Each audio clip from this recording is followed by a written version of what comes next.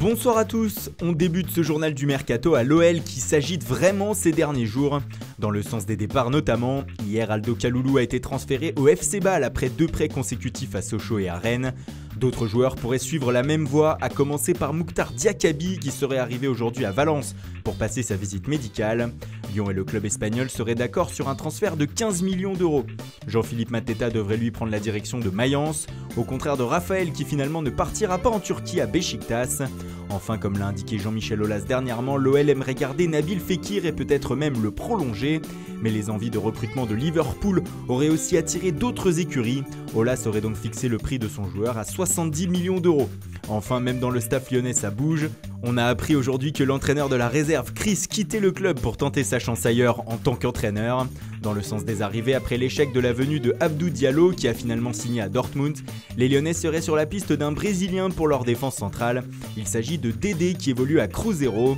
Cependant, le club de Belo Horizonte ne souhaite pas vendre son joueur et réclame 36 millions d'euros, soit le montant de sa clause libératoire pour le lâcher. À l'OM, un nom revient avec insistance dans la presse, c'est celui de Max Meyer. Libre depuis la fin de son contrat avec Schalke 04, l'Allemand aurait toujours le club phocéen dans sa liste de courtisans.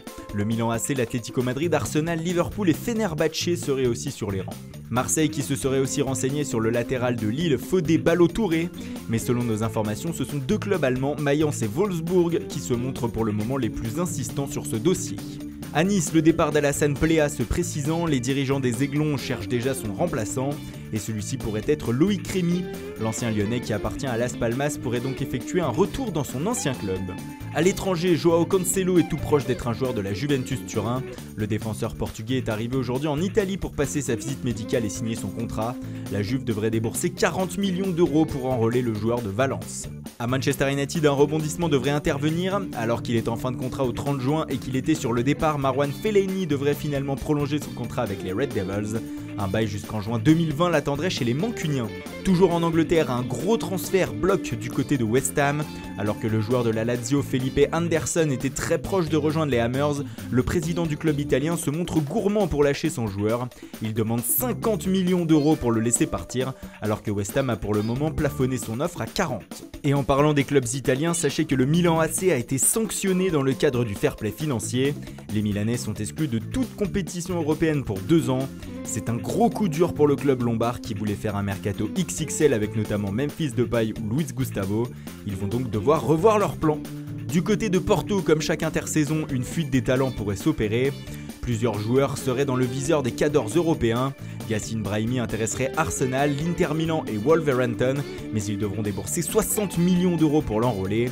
Juan Quintero, excellent depuis le début du mondial avec la Colombie, et Héctor Herrera seraient dans le viseur du Real Madrid. Miguel Layún, prêté la saison passée au FC Séville, pourrait être transféré définitivement en Andalousie. Si ce n'est pas le cas, Marseille serait sur le coup pour recruter le Mexicain. Les noms de Vincent Aboubakar et Moussa Marega seraient aussi dans les shortlists de plusieurs grosses écuries européennes. Enfin, dans le sens des arrivées, le désormais ancien stéphanois Seydi Yanko s'est engagé aujourd'hui avec le club champion du Portugal. Et puis c'est officiel, Naby Keïta sera bien un joueur de Liverpool à partir du 1er juillet. On le sait depuis l'été dernier, mais c'est désormais une certitude, le Guinéen portera bien les couleurs des Reds. Liverpool l'a annoncé aujourd'hui sur les réseaux sociaux. Et puis Roque Meza va rester au FC Séville. Prêté la saison passée par Swansea au club andalou, le milieu de terrain a été acheté définitivement par les Sévillans aujourd'hui.